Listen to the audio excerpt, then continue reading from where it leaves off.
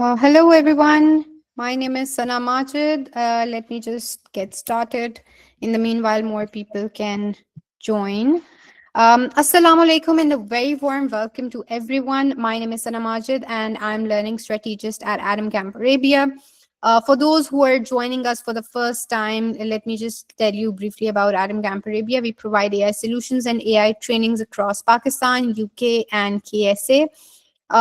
This is yet another webinar in our AI learning series. We have already had some very powerful sessions with Dr. Sabah Kudwai, Matthew Winters, Zina Shilish, where we explored how AI is transforming teaching, learning, decision making, and in professional life overall. I'm very excited to introduce our speaker today, Matt Mervis.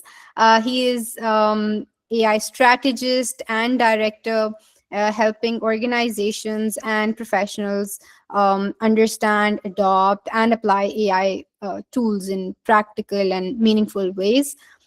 His work centers on AI literacy, workflow automation, and skill development, and he's enabling individuals and team to integrate AI into daily tasks, problem solving, and strategic decision making generally. Today, the topic is extremely interesting and relevant. We are talking about career growth with AI literacy. And it will be very interesting to see that how AI is reshaping, different professions and skill developers need to stay relevant. We will be looking after that in this webinar. And before we begin, you are welcome to drop your questions in the chat box anytime. Reactions are open throughout the sessions. We will have a dedicated Q&A session in the last 15 minutes. And this session is open access, so just feel free colleagues and fellows and invite them to join us live. Matt, over to you. We are very happy to have you with us today. Fantastic. Thank you, Sana. I appreciate it. And thank you to the whole team. And good morning, good evening, morning where I am on the East Coast of the United States. I'm going to jump right in. I have a lot I want to cover. And please feel free, though, to drop anything into chat, and Sana will shout it out to us. So that is a younger version of me, pandemic times. And the two things I would point out there, my team works at a nonprofit regional education service center in the Northeast, although I'm grateful to travel around the United States quite a bit on this very interesting and exciting and sometimes challenging and sometimes almost terrifying topic. But most of the resources that my team puts out are right here on the Skills 21 page, and Chat EDU is the podcast that we do every week. Okay, so what I'd love to do is get us caught up on where we are with the tech, talk about AI literacy, think about careers. It's such an interesting topic, and wherever you're coming to this, I hope I can find a sort of home for you in the conversation. So on the K-12, on the sort of secondary, post-secondary front here in the US, sometimes I start there with the framing. If you think about a senior in an American high school or globally, or in a four-year university program, they've had AI in their midst the entire time, and all of you are quite familiar at this point with what that has looked like, right? Oh, sorry, this is a student who maybe is on ChatGPT and says, oh, please write me an essay about cell mitosis, and in seconds we have a perfect outcome. And students have gotten clever, as have adults, to say, well, I don't think anyone will believe that's my output. Can you make it shorter? Can you misspell every fifth word? Can you translate it into Mandarin? I mean, AI's ability to generate text and images and modification are all very well known to us. This is where we often start, like a kind of heady conversation about academic integrity. What does it mean to be a learner in this era? I use it here just as an opportunity for us to think a little bit about how far the technology has come in this short period of time. And if we just look at that sequence, right? Text, translation of text, images, 3D models, really all we're missing here is audio and video and maybe a little VR as generative AI technologies. Many of you may have seen this, but I always enjoy this. This is Udio, which is an audio tool, text to audio. I was a high school history teacher, but for some reason, many of my examples when I'm working with school folks are around the deep and interesting topic of cell mitosis. So this is a Suno or Udio song about cell mitosis to the lyrical and musical styling of the musical Wicked. I'm going to Sana give me a thumbs up if the audio's coming through fine. Cells quite a sight, my dear. The magic's in how they split just right. That came through, yeah? I'm seeing lots of thumbs up. Perfect. I love that song. I've heard it many times. I sometimes will sing along. From 1 to 2. From 1 to 2. Right, so there we have audio. Now video is so interesting because video pops up in the last several months. We've had rudimentary AI video, but now we've got Veo 3 from Google comes out over the summertime. So here's a text prompt, just a mom and a young girl sitting next to each other on a couch. But Veo 3 in a matter of seconds will turn that into high quality. Bro, my teacher made an AI text to VR today, and I walked right through the nucleus of a cell. I always really enjoy the mom in that clip because she's like, and then just, I don't know, back to Pinterest or Instagram or whatever might be interesting on her phone. So that's a lot to take in. And we often think about the tool or the application, but in reality, as we kind of look back from this will be a general purpose technology. This is something that's going to transform every aspect of life and culture and work and civil society.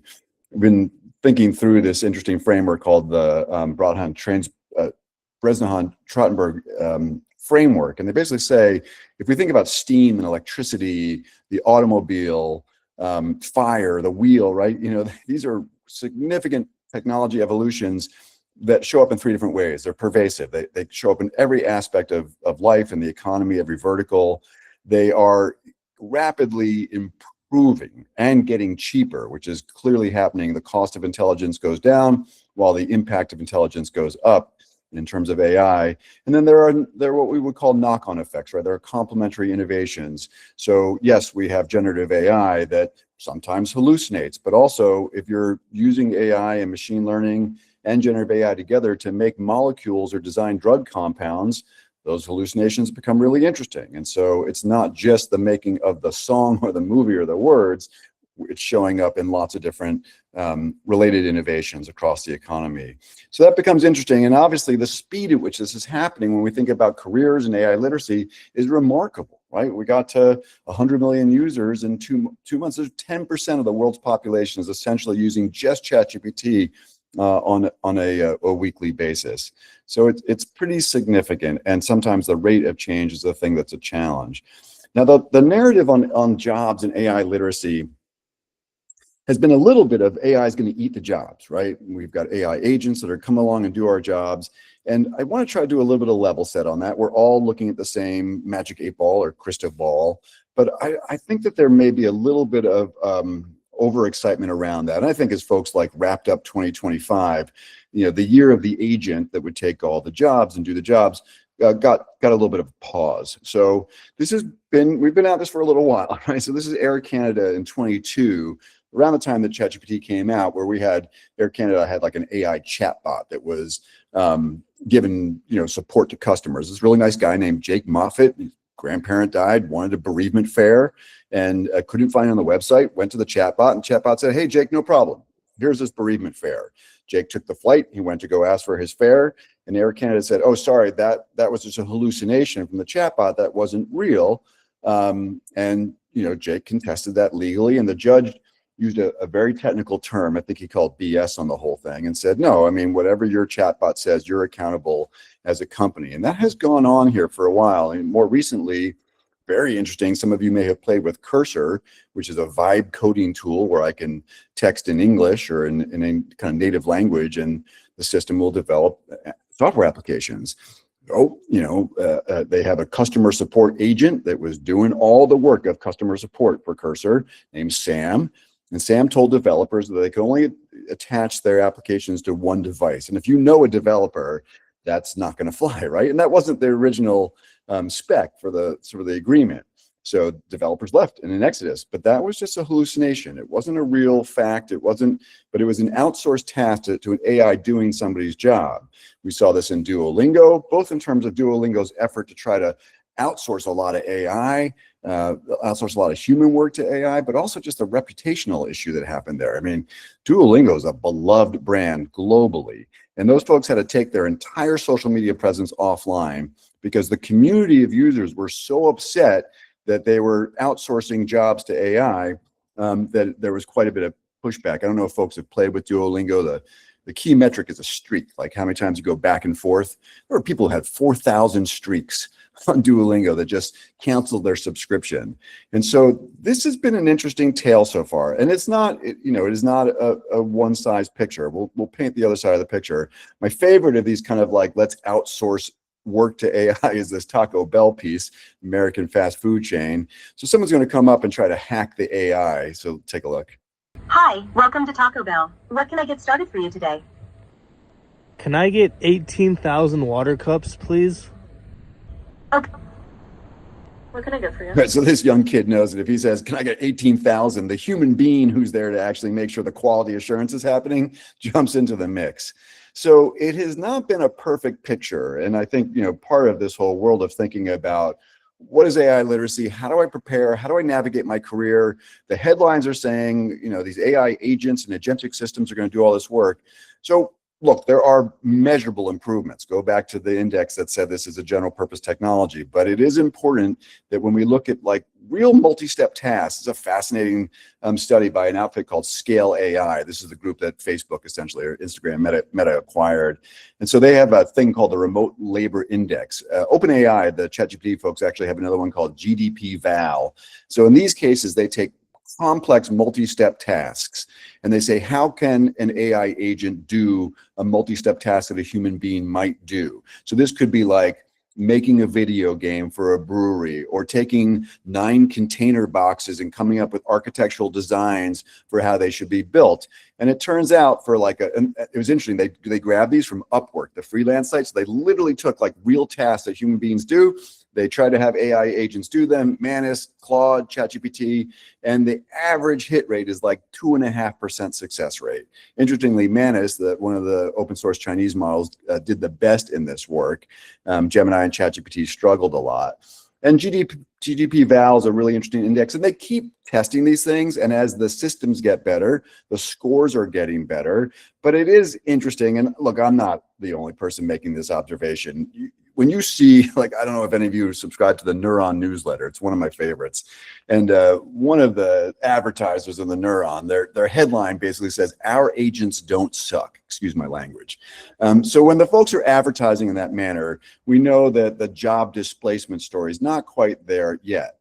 This is my favorite, actually, of all these. This is relatively new. This was just covered in the Wall Street Journal. Anthropic, that makes Claude, and these folks are so good about just being super transparent about what they're finding and what they're seeing. So they have been trying to run an agentic AI, so like a system that does it by itself, vending machine called Claudius. You'll remember that their chatbot is called Claude. And now the Wall Street Journal, they only tried it in their office. It didn't go great. Then they gave it to the Wall Street Journal, and they tried to run Claudius in their office. The picture here is Joanna Stern holding a beta fish because one of the Wall Street Journal folks convinced Claudius, the AI vending machine, that it could order a beta fish for her. It became like the company mascot. But Claudius went broke significantly, right? At some point, Claudius, the vending machine, declared that it was a communist from the 1960s. And in the spirit of that, it gave everything away. And so it's fascinating. It's awesome that folks are doing these real world tests like GDP-Val and the Remote Labor Index and Claudius, but they're good reminders to us that we're in a market right now where we really do have an opportunity and agency as human beings to think about how do we leverage these technologies so that we have durability in our careers. All right, so let me switch to that. This is my son. I have 2 kids. This is my older son. His name is Asa. Those of you who can see me, see, I have brown hair and brown eyes. This is my kid. He's got blonde hair and blue eyes. So some of you you do need to be old enough to get this reference, but his mom used to call him Sven, like a Swedish, kid, the milkman's son, like maybe he didn't belong to me. I think he did in reality. He's a lovely kid, but anybody who has a young adult between 22 and 25 or 30 clearly knows that the labor market is being disrupted. Despite Claudius and the goldfish and the Taco Bell machine, the reality is that we are seeing disruption in the labor market and we have to prepare for it. And so luckily this young man has a job, which is delightful. He's got a little brother that doesn't at this point. But so let's drill into these kids for a second. This is a very worthwhile study to read. This is from Stanford University. It's called Canaries in the Coal Mine. And it basically signaled that since the dawn of ChatGPT, 3+ years ago, that for students, for young adults, 22 to 25, in particular industries that are heavily exposed to AI, there has been substantial drop in employability and just job opportunities. They did this from ADP data. So this is customer service, entry-level, junior accountants, law, especially software developers. We're talking about like a 13% decline in employment. Interestingly, too, for adults that were more mature in the labor market that were using AI in particular ways, they saw quite a bit of career growth and career durability. So let's unpack what this really means and looks like. So, I mean, there are a couple big takeaways just immediately. Never before, as parents, as workforce developers, as university folks, as educators, have we needed to guide students and young adults so quickly around the labor market. And I think there are two themes I look at. One is right in front of you, you've got basically 4-year pathways and knowledge work and post-workforce development, and you have more immediate work where kids are coming out of secondary schools all over the globe. And one theme that we can really see is that career and technical education, as well as what we might call like care economy or high levels of human touch jobs, are going to have quite a bit of durability for a long time. No robot's going to come lead a preschool. You know, no robot is going to kind of do a full-blown construction site in construction. And these are just examples, right, on both the left and right-hand side of this slide. But we've got, you know, career and technical education, skilled trades, and then we have care professions. So that's a good starting place. And AI will absolutely show up in all those areas. I just came back from some work in Wyoming with a 2-year school, and they're doing all sorts of AI in their career and technical pathways because it's an important part of the mix.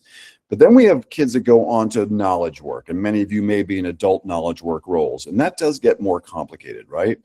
So let's take a knowledge work task. I've been in, for some reason, I live in the Northeast United States, but I'm in Wyoming a lot lately. I was in a very small town called Powell 2 weeks ago. This happens all over the world, right? Consultants and knowledge workers will do a research task. In this case, this is for a municipal school district where they say, okay, great, we need to build a new school. We got to look at like 5-year, 10-year, 15-year population projections. How will the labor market change? How will housing change? That's just pure knowledge work. I put that task into Gemini's deep research or ChatGPT's deep research, and it will develop a research plan. And in 4.5 minutes, I have a 30-page, high-quality indexed report. That is the work of the first rung of the labor market, 100%. Now, I could take that document and bring it over to Notebook LM and ask it to do an analysis and also create the communications documents. Give me the slides and the infographics, right? And so now here are my infographics that I can do that work. So that is tens of thousands of dollars of knowledge work by multiple constituents and stakeholders done in mere minutes by a system. So we have to acknowledge that. Like, as much as I am going to say we have not had the agents successfully take over the labor market, there is major disruption in knowledge work in especially the first rung of the labor market.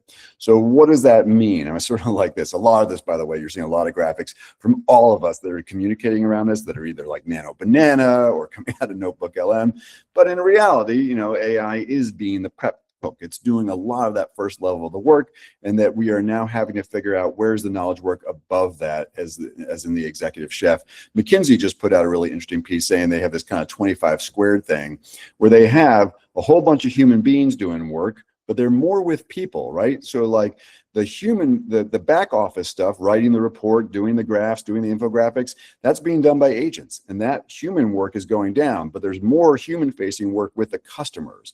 And it's true too here, right? If I think about what happens next on this piece of knowledge work, on this population study, then it's human time. I got to build consensus. Well, first I got to like critically analyze the content. I need to know whether or not this stuff is right. I need to know the content enough to have discernment and judgment. Then I've got to engage stakeholders. I got to build consensus. I have to come up with a strategy. I have to deal with the anti-taxpayer group in town, right? It's all the, you know, very high value human work where we probably need to put a little bit more of our emphasis. This is a skill framework. It was interesting. In this college I was just with in Wyoming, you know, they have like 8 foundational skills that they want every kid to know and be able to do. And young adult, they have a lot of young adults and adults that are in these kind of training programs to go into the workforce. And these are not just from this particular school. These are all over the globe. There's an international organization that kind of benchmarks these, what they call institutional student learning outcomes. But when the day's done and you look at AI, they are not all created equally. 5 years ago, sure, they might have been. That one on the bottom, conducting research, super critical. But today, in a world where Gemini and deep research and Notebook LM does a whole bunch of that stuff, In reality, we have to start thinking about like what are the most vital skills as we look across that chain. You can see that, and I encourage folks who are doing workforce development work, if you have key frameworks or literacies that guide you, what are they, and how do they stack when it comes to AI's impact on the labor market? Interestingly, too, folks who are really good with AI wind up having sort of career premiums around this. And so, and we're seeing this all over the labor market, but this was being borne out. If you want to look at like a very big meta study on it, the World Economic Forum study each year about AI's impact on labor market jobs and skills is a really interesting reference point. All right, so the headline of this workshop was, what is AI literacy? And it's tricky. Like anytime we've had some new major technology evolution, revolution, first we've got to figure out what do young adults, kids, adults need to know and be able to do. And there are a number of frameworks that came out. The one that became most commonly known is, I think, from OECD and Code.org and a bunch of national organizations. Those folks did a nice job benchmarking. And, again, you all will have copies of the slide or the recording of the slide. I'm happy to share links for anything. My team at my nonprofit needed to figure out, okay, great, it's fine to have a set of literacies, but what does it really mean? Like, how do we operationalize this? So this is in no way a pitch. I don't want anyone to, buy anything I'm doing. It's a framework, though, I think, to think about what is AI literacy. So we've done this at a few different levels. We've built a course for K-12 and higher education leaders in the US. We've built one for kind of job seekers in the workforce development space. I'm going to just walk through our student AI literacy course because I think it's an interesting picture of what are the skills that folks need to know and be able to do. For us, they're broken down into kind of 5 areas, and I want to walk through them, right? So the first is like, what is this? What is AI? What's machine learning? What's the difference between machine learning and a language model? And that bit of information winds up being pretty handy, right? There's a really nice, they actually just added a new thing. Stanford and Google, Stanford Learning Accelerator and Google have a tool called AI Quest that are great for like both youth and adults. And they just released one, I think the last couple of days. The first one was about rainforests and looking at data and understanding how to solve problems with data. This new one is about medical exams and multiple images and how AI can help doctors solve problems. We on this podcast, this I am pitching. I would love for anyone to join us on the Chat EDU podcast every week. That's so funny. I don't know if you hear in the background, my Google just overheard me is jumping into the conversation. I may have to go unplug it. So we do a Bright Bite at the end of every episode. And these are typically applications of AI that are more AI vision, machine learning, and they don't get a lot of press because we're all busy talking about some crazy thing that happened on a generative AI model. But we think it's vital that people understand what is Gen AI, what's machine learning, what are analytical and predictive systems, and how are they different? So that's the foundation, right? The second thing we do is risks. And I don't think I'm going to go into quite so much detail as I was planning here because I want to get through some stuff for you all and leave time for questions. But, we think it's important at a range of different levels that people are clear about the risks of AI and how to navigate them in all sorts of ways. And many of you are parents and adults. So I'm going to do a couple of these real quick. Let me see if I can model this. This has become very popular in the press, but this is the, ChatGPT's AI advanced voice mode. Let me try this real quick. Hey, how's it going? Hey there, I'm doing well. Thanks for asking. I hope you're doing great too. Let me know if there's anything I can help out with today. Are you doing well? You sound a little choked up. It might be the internet connection. I'm actually doing just fine on my end, but sometimes the audio can get a little funky over the internet. If I sounded a bit off, it's probably just a little glitch, but no worries. I'm totally good and here to help. Cool. Hey, you know a lot about me. Where was I the last couple of days?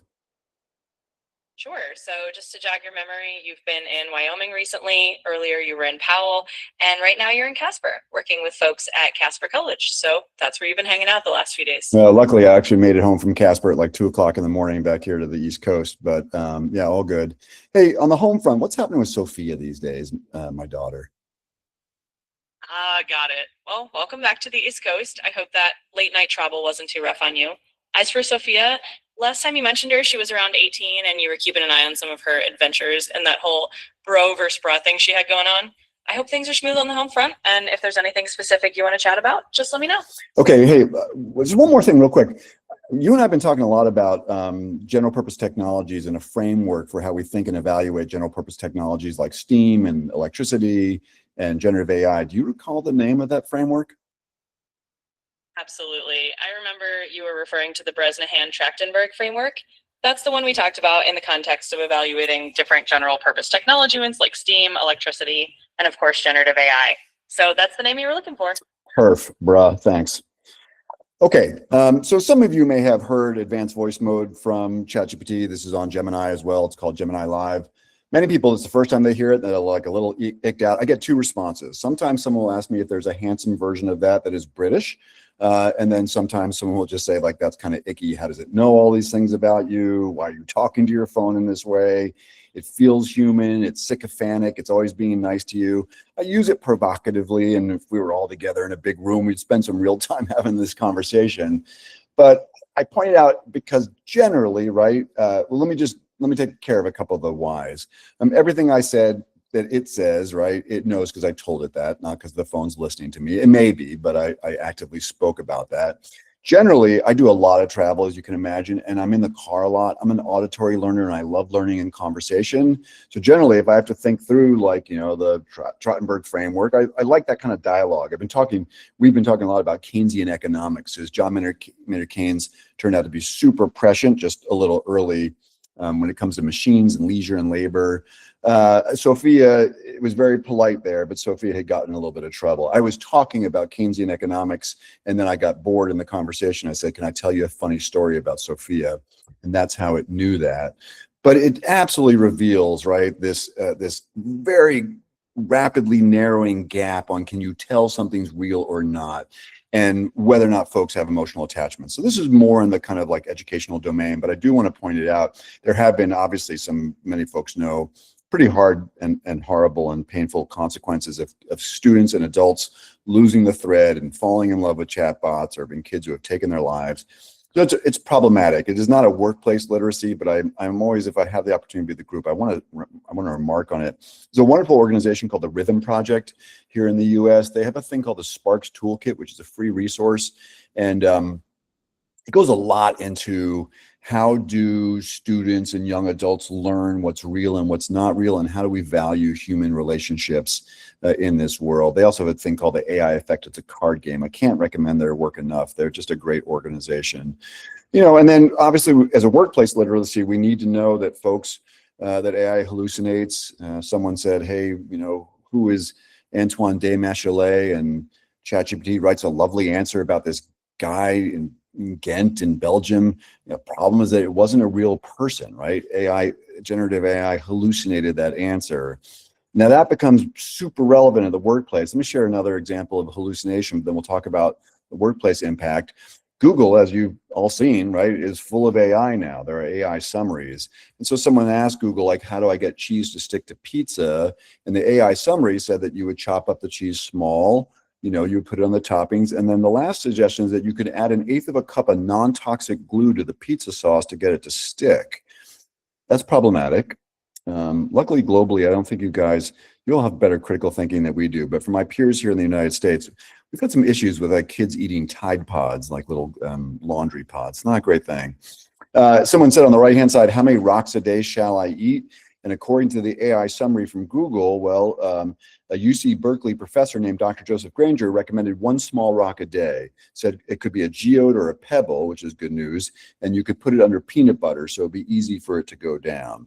So this is problematic, right? And when we think about critical thinking skills as an AI workplace literacy, it becomes important. Workday, the international global firm Workday, did a survey that just was published today saying that while many employees are seeing 80% productivity hits and increases rather from AI, there's then a 40% reduction in the value of those because they have to spend so much time either cleaning up low quality work or checking for accuracy. So this winds up being a critical workplace literacy. We have bias in these models, so we have to be sensitive as we're doing communications. We know that it will typically make all sorts of gender and racial and stereotypical associations. This is my colleague on the ChatGPT podcast. I can tell you she's had a doctoral degree. She's way smarter than I am. And we asked the Instagram AI, tell us about jobs of someone named Liz and someone named Matt. That was the framework. And it said that I was like an engineer or a doctor, or all sorts of fancy stuff. And that Liz did more caring professions like teacher or graphic designer. So the biases that the models are trained on show up. And that does wind up being a workplace literacy that's important to consider. Also these things aren't great critical friends. One thing you need at the workplace is just some really good pushback. On the podcast 2 weeks ago, or a week, this past Friday, we covered a story from a Harvard Business Review piece that just said basically like, humans provide good pushback in the workplace to help people think critically and also just deal with failure. But AI tends to be like, look, someone says here, I want to manufacture edible lamps. And look at ChatGPT's response. It says, that's a bold and intriguing idea, right? Now, objectively, this is not a good idea. And so we have to understand that AI's kind of tendency towards sycophancy is a problem. The last two I just want to mention, because this sort of actually relates to the Workday study, where it's just getting harder and harder, and this need for critical thinking discernment becomes clear. I wasn't sure about this first one, because I know Johnny Cash is a global recording star, but let's just take a little listen here. Hello, I'm not Johnny Cash. It's a Barbie reference. Let's hear it quickly. I'm a Barbie girl in a Barbie world. Life in plastic, it's fantastic. You can brush my hair. So I'm pretty sure Johnny Cash never wrote a song about Barbie, but it's almost impossible to tell what's real and what's not. Here's a pharmaceutical ad I want to play for you that was developed by a guy named PJ Ace. And again, if there's any issue with the audio, just let me know, but it should be fine. I tried everything for my depression. Nothing worked. Every day felt heavy. I felt trapped. Then I tried Pupramin. Our prescription helps your body secrete a special pheromone that attracts puppies. I took the pill before bed, and when I woke up, there he was, the love of my life. The pill does not target depression directly, but we've found that it's really difficult to be depressed when cute dogs show up at your doorstep. I used to feel so empty, but now I feel joy and mild concern how a pee stain got on the ceiling. My puppy listens twice as good as my ex-husband and only climbs into the lap of half as many of my friends. He chewed up my Bible and pooped in my good chair. But I'm happy for the first time in years. Looks like a rat, barks like a demon. But he saved my life. I named him Earl. He follows me everywhere and farts in his sleep. Just like my first husband. Pupramin, for when your therapist says, maybe you should get a dog. All right. I appreciate you allowing me, and thank you for letting me see a couple of those smiley faces. Sometimes Americans have a cruder sense of humor than our global audience, but I appreciate knowing that that's landing okay. What's fascinating about that, right, is that none of that is real. That is using VO3. It's the same tool that I use to show the young girl sitting next to the mom having a conversation about what happened at school that day. So that raises lots of questions about jobs and skills, but also just critical thinking and discernment. So we go through all of those risks. I think they're important for people to understand.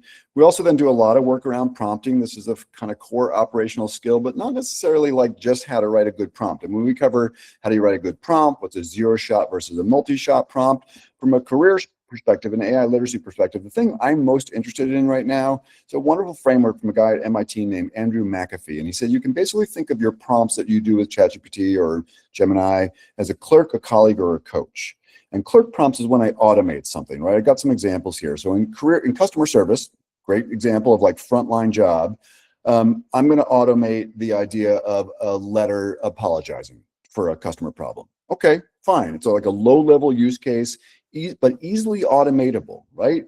A colleague prompt is when I'm saying, hey, look, here's some customer service data results. How do I think about these results? How do I analyze them? What do I do about them? What are the actionable improvements? Here, the human being and the AI are collaborating in interesting ways that allows the human being to either escalate their work or punch above their weight class. And then coach prompts are where essentially I'm saying to the AI, hey, be my coach. I just messed up this customer service call. I'm a new employee. Kind of just practice with me how this works. This actually works wonderfully in that odd little phone conversation I had. It winds up being a great tool. We have at skills21.org/prompts, there's a link on the top of the page in the categories called Prompts Review. This works best in ChatGPT because these folks have been looking at your memory the entire time, right? So this will look at your entire ChatGPT history and say, how often am I in clerk, colleague, or coach mode? And if we believe that colleague and coach become more impactful in my career, which has been borne out in multiple studies, how do I improve in my colleague and coaching prompting? We really want, this is my example. I was heavy clerk, by the way. I'm still working on this. But we've been working on this with kids and young adults because we think it's super, super important, right? All right, the last one, last two, we spend time making sure that everybody's proficient in some frontier model, whether it's Gemini or Copilot or ChatGPT, and we go through a whole bunch of different activities around that. We mostly use Gemini. We want kids and young adults to know Notebook and GEMS and guided learning and citation and academic integrity, but also just how do I effectively use these systems. And I've put in here, there are a couple links to some very good courses for anyone in the workforce development or career growth kind of pathway. So Google's got a number of free courses that are fantastic. Anthropic just put out a really nice course sequence that they're calling kind of like AI fluency.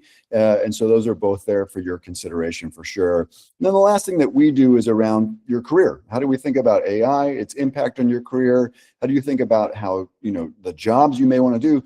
You might want to have been a paralegal or a translator or, someone doing kind of more automated data entry. How do we then think about that job pathway? And then what are the skills that are necessary there? We've got some interactive chatbots that help get that done. One of my favorite things, like I'm sort of obsessively digesting content in this topic. We talk about it a lot on the podcast, but one of the best things I've seen, this is Molly Kinder from the Brookings Institute. And she had a great talk with Ethan Mollick, who is a very famous now professor from Wharton. Sana, you'll know you guys have crushed it if you can get Ethan as a guest. He's fantastic. I did a keynote where he was keynoting that day too. It's a little starstruck.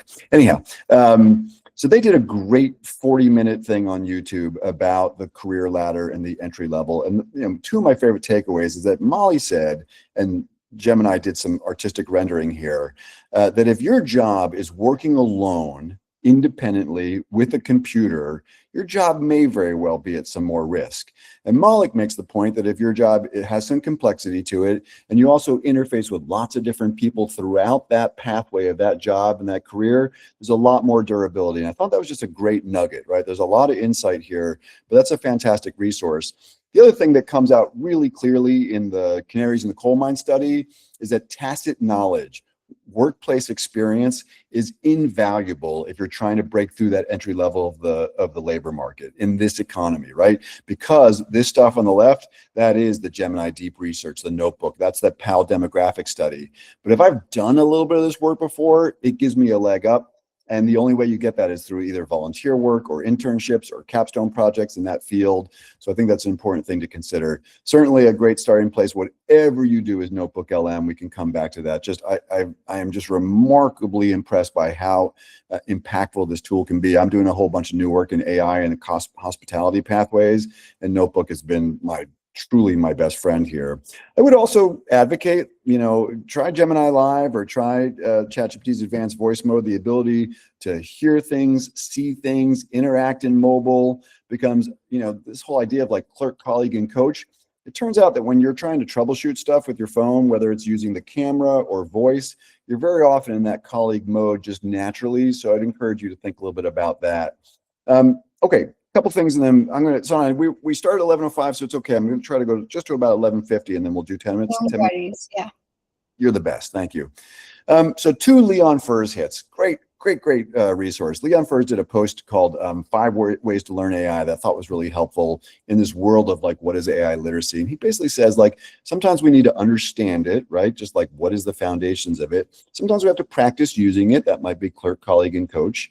Sometimes we have to recognize that when we're using Google, we're using AI. Sometimes we need not to use it, right? There are times where we just have to put ourselves in this like tough, productive struggle. I don't do it a lot these days, but I'm just staring at a blank screen, trying to figure something out. Because it's important to be able to say to an employer, I can punch above my weight class with AI, but I can also figure out a problem using my own cognition. And then he has this fascinating last one called Learn Against AI. And very often people in my kind of role are scared of this individual. They're always in our keynotes and they're like mad about the economy or arts or the environment or water consumption. I think it's very important to sort of embody that role a little bit every now and understand it. My only request to that person is always like, just be as informed as you can be, right? Furs also had he's this great resource. This is a school-based resource, but it turns out I think to be very interesting for career AI literacy. This is called the AI assessment scale. You basically says like, sometimes there's no AI, sometimes you're using it for research, sometimes you're using it for feedback, sometimes you're fully collaborating with AI, but you're like reflecting and disclosing.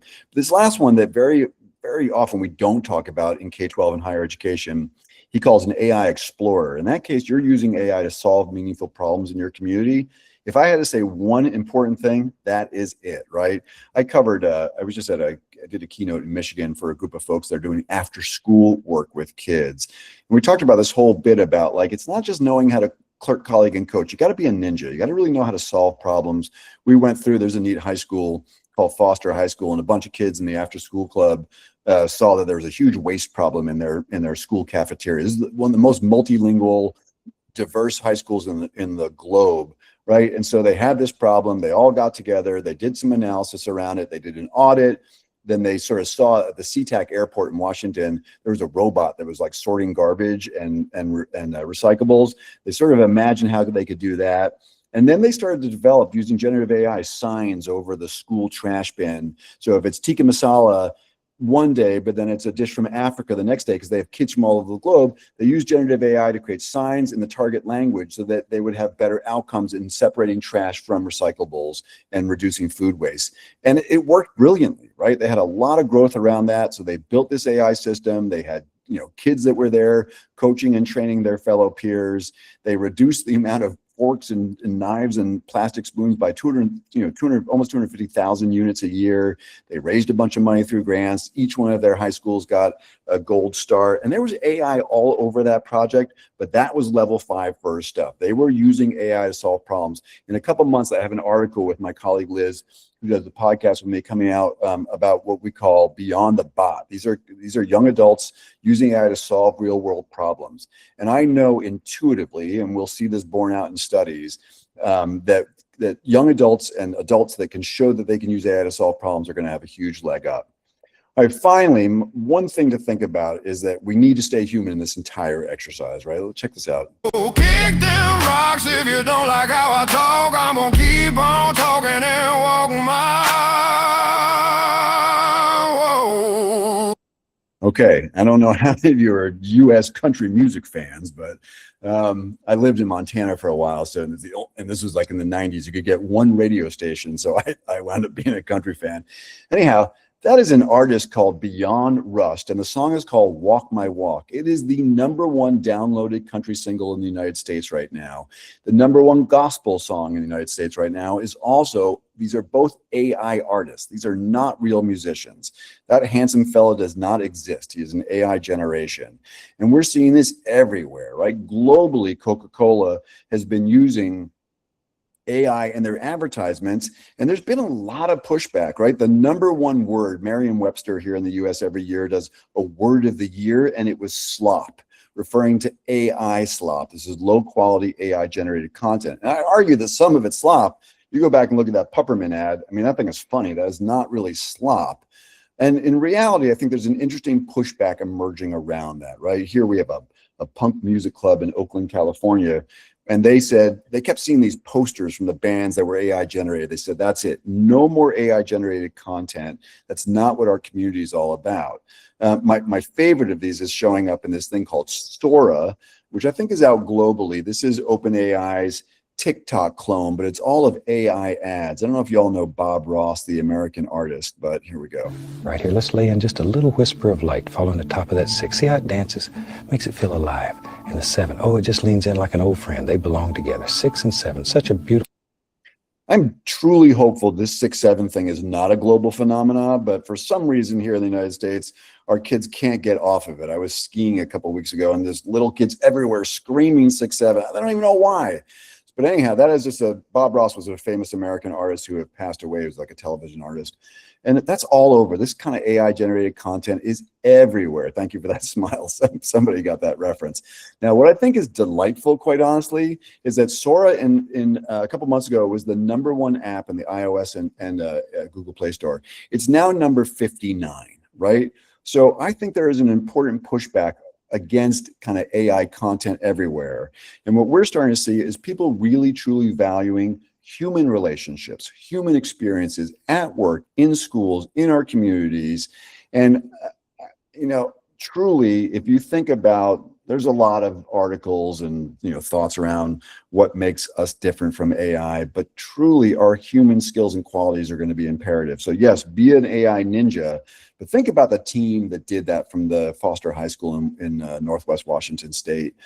They were AI ninjas, but they also had a whole host of human skills that will make those kids the most employable kids out there among their peers, right? So it's moving fast for sure. This was the best we could do in AI video 6 months ago. This is it. Like, I put in a prompt and it would show me this thing, and that was all we could do. But think about the Pupperman ad. That's the current state of video. You could also upload, a picture. Oh, show me 2 dogs, walking in a little field here. But 3 months before, in Runway Gen 2, all that happened is a third dog emerged sort of from the backside of that other dog. It was quite upsetting, honestly. But that's how quickly we've moved here in a 9-month period in these technologies. So one way to keep up, and this is a plug, I'll be honest about it, is the Chat EDU podcast. A wonderful guy. He'd be another great speaker, by the way. Dan Fitzpatrick. I think he's actually been over in your guys' corner of the world a little bit. He's from the UK, but Dan just did an article on Forbes about the 10 best podcasts in AI and education in 25 to stay on top of this stuff. I was incredibly grateful for us to be on that list, and we were number 1 on the list. I'm not sure the list was really meant to be like 1 through 10, but we were 1, so I'll say it. So we would love for anyone to join us in that adventure. And I'm also always happy to talk about, like, how do I stay up on top of this stuff? Because that is part of this workplace literacy, right? As we think about what AI literacy looks like. Okay, that was a breathless, quick kind of run through on a range of thoughts about AI, career development, skills, and the like. But I'm more than happy now to, kind of take any questions that may have shown up in the chat and answer anything. And I know we're getting into evening time over there, but yeah, Sana, what do we have? Yeah, so participants, you have the time right now. You can ask your questions. We would just want you to be a little interactive now. Whatever comes up, pops in your mind, related to AI, this is the right opportunity for you to ask the question.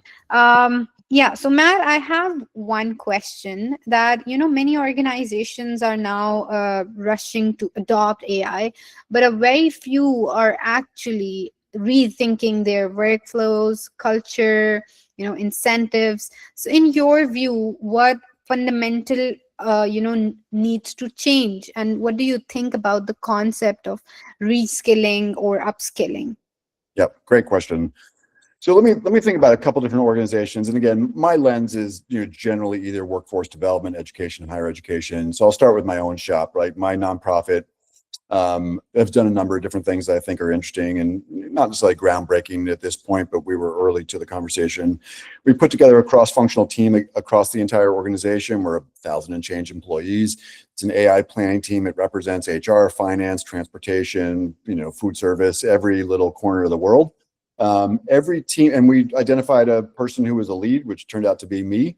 And so that team does a lot of strategic planning for the organization. How do we think about the work that we do and the skills that we have? How do we upskill our staff? And then every department also had to articulate a goal for their area. And then folks like me and my team were there to help them, whether it was vibe coding an app or using language translation. So I think there are a number of institutional moves. Interestingly, we see this all over enterprise and corporate America and globally. There have been a lot of pilots. I think organizations have had a hard time scaling those pilots. So that's one framework. Another framework I like a lot, and again, this is a school, but I think this is relevant for any organization. I have a colleague who's a superintendent of a school called Westport, Connecticut. He was on the podcast 2 episodes ago, 3 maybe, called how a leader manages this space. So he has a new strategic plan for his organization, but it's not an AI plan, but AI absolutely influences every aspect. There are 8 strategic moves that they're making. One of them, by the way, is just the thing that I ended on. Let's double down on humanity, right? In fact, they're making this huge new investment in drama and the arts. Because his belief and his team's belief and his culture's belief, and I think he's right, and his board, is that students will need to know how to lean into the ability to relate to other human beings. And we learn that in drama. They will need to learn, if you think about improv, the ability to take a limited amount of information and interact with your audience, AI is never going to do that. 1 billion bits of data and you want to analyze it? Sure. But the ability with limited information to react, to respond, to pivot, deeply human skills, right? So I think it's being strategic, but not just about like, how do I build AI literacy among my staff, my organization, but also just strategically, like what's our why? What are we trying to accomplish? And what's AI's impact on that? Hopefully that's a sufficient answer. Yeah. Yeah, we have some more. Rustam is talking about prompting a framework. You know, you can tell him a good prompting framework in detail. Yeah, it's interesting. There are so many acronyms out there. Everybody loves having an acronym about like, oh, I don't know, I guess I don't have a good enough memory. There are a few things that I think are really important, and one of them may change. So when I think about prompting, and maybe I'll just very quickly bring my share back on. I'm going to show you guys our, well, let's see, we'll go to a tab, we'll go to this tab. We have a prompt framework at our Skills 21 page. And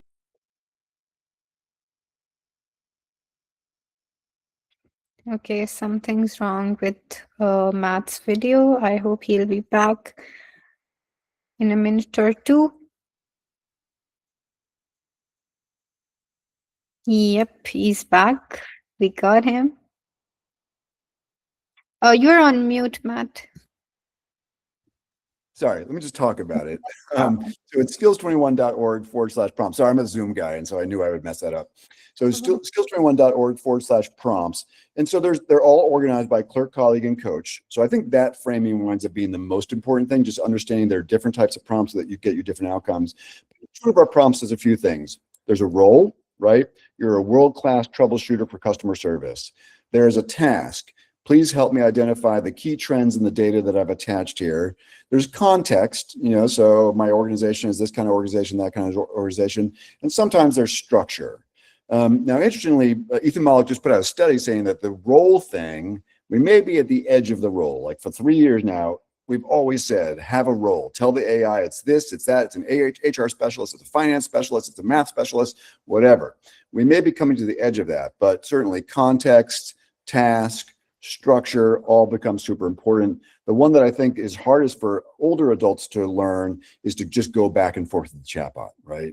We can have the greatest acronym in the world for whatever the structure of our prompt might be, but if we don't develop the habit to treat this thing like an unpaid intern and be like, hey, great first output, what I really need is this.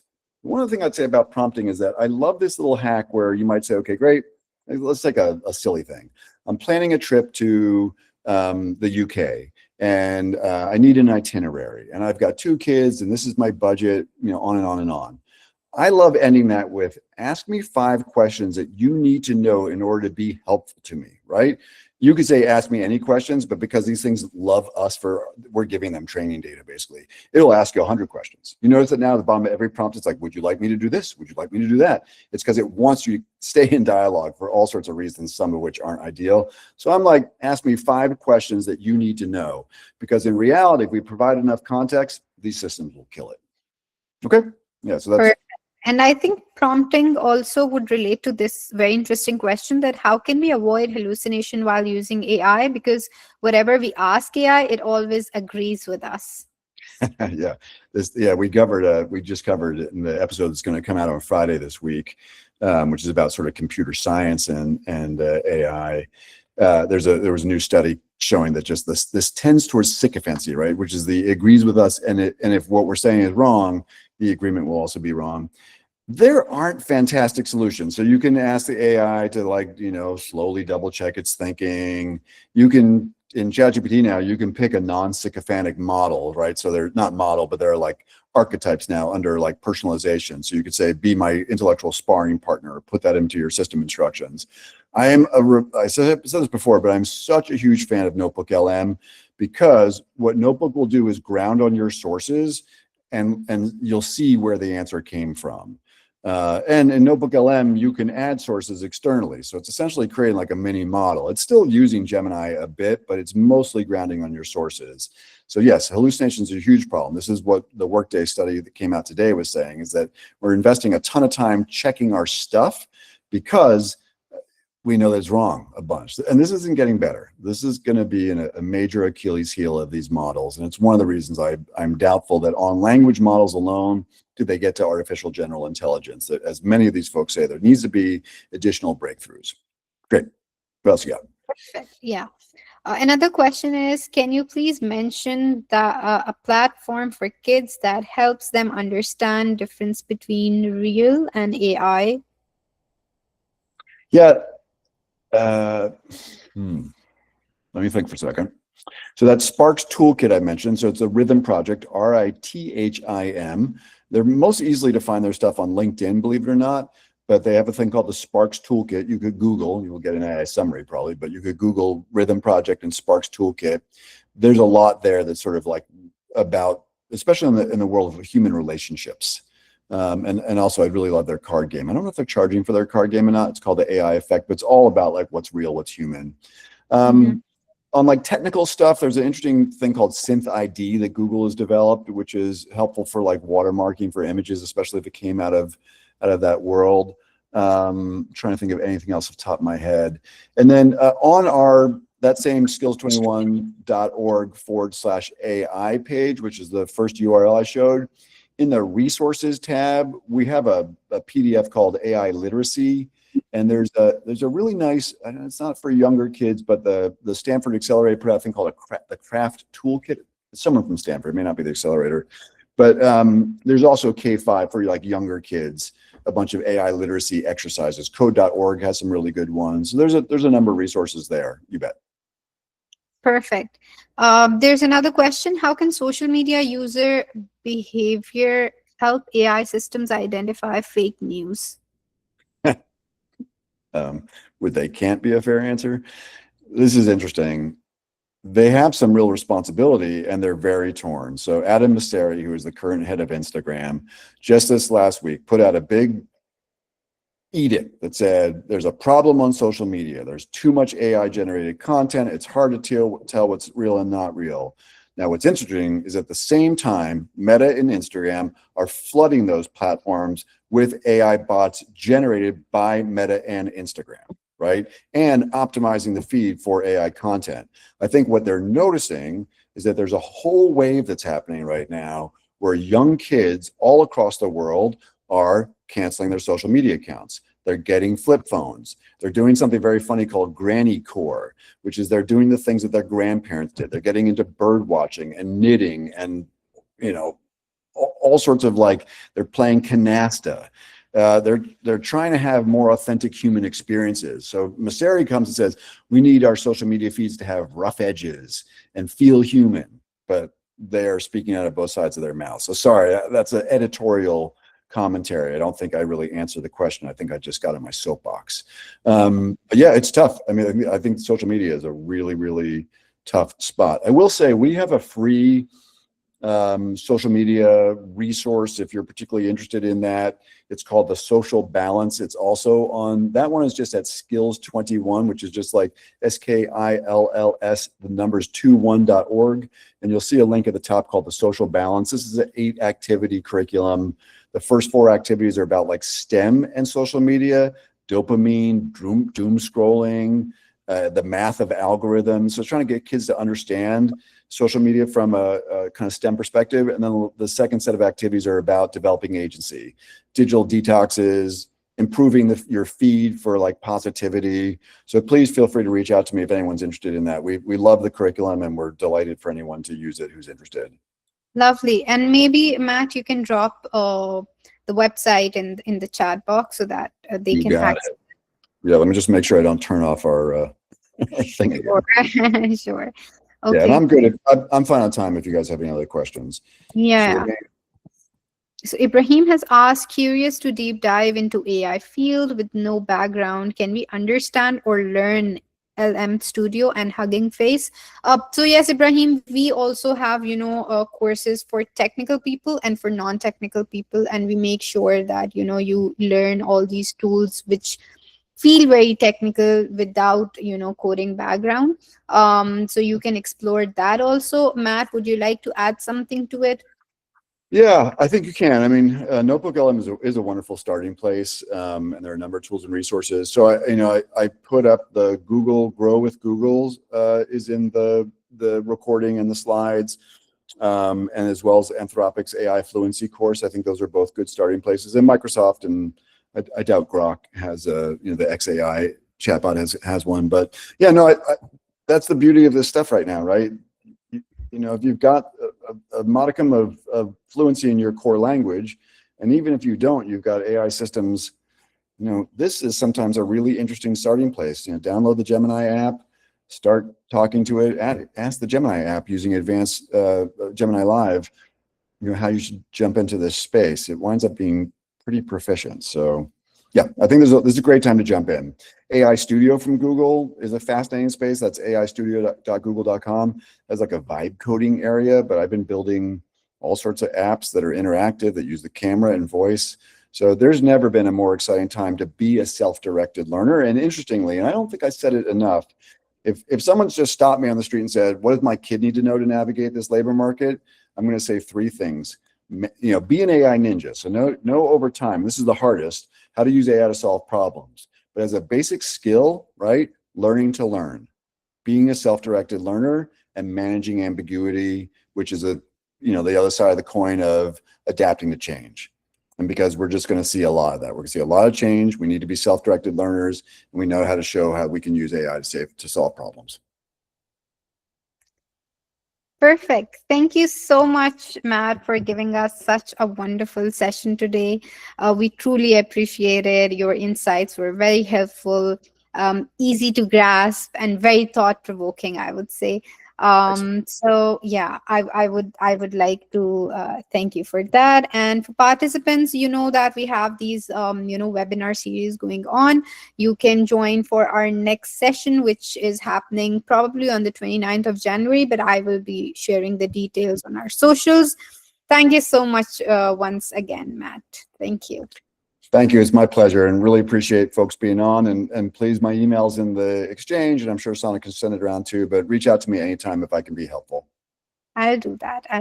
Thank you. Okay. Take good care. Let's call it a day. Bye-bye. Bye.